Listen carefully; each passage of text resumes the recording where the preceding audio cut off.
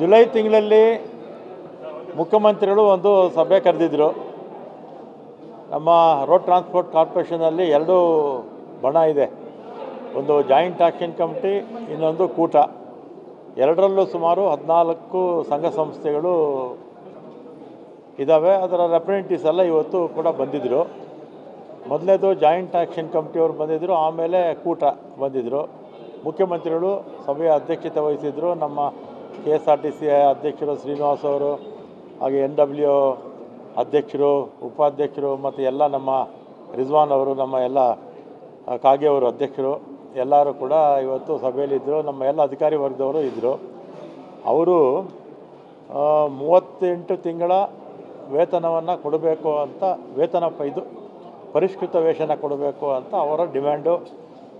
ಆಮೇಲೆ ನಮ್ಮ ಏಕಸದಸ್ಯರ ಸಮಿತಿ ಒಂದು ಮಾಡಿದರು ಶ್ರೀನಿವಾಸ ಮೂರ್ತಿಯವರು.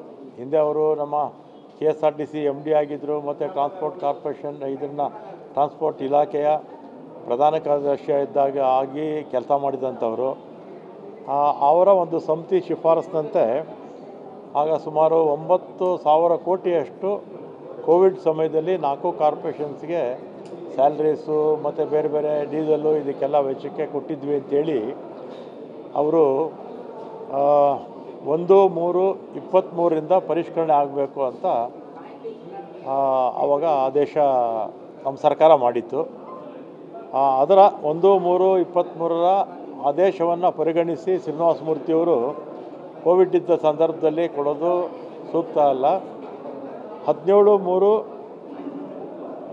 ಅಲ್ಲ 1/1/22ರಿಂದ 12 ತಿಂಗಳ 14 ತಿಂಗಳು ಕೊಡಿ ಅಂತ ಅವರು ಹೇಳಿದ್ದಾರೆ. ಅದರ ಪ್ರಕಾರ 718 ಕೋಟಿ ಅಷ್ಟು ಆಗುತ್ತೆ.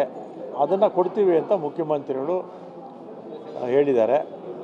ಆದರೆ ಅವರು ಸಂಘಟನೆಯವರು ಇಲ್ಲ, ನಮಗೆ 38 ತಿಂಗಳಿಗೂ ಕೊಡಬೇಕು ಮತ್ತು 24ರಿಂದ ಪರಿಷ್ಕರಣೆ ಆಗಬೇಕು ಅಂತ ಅವರು ಹೇಳಿದ್ದಾರೆ.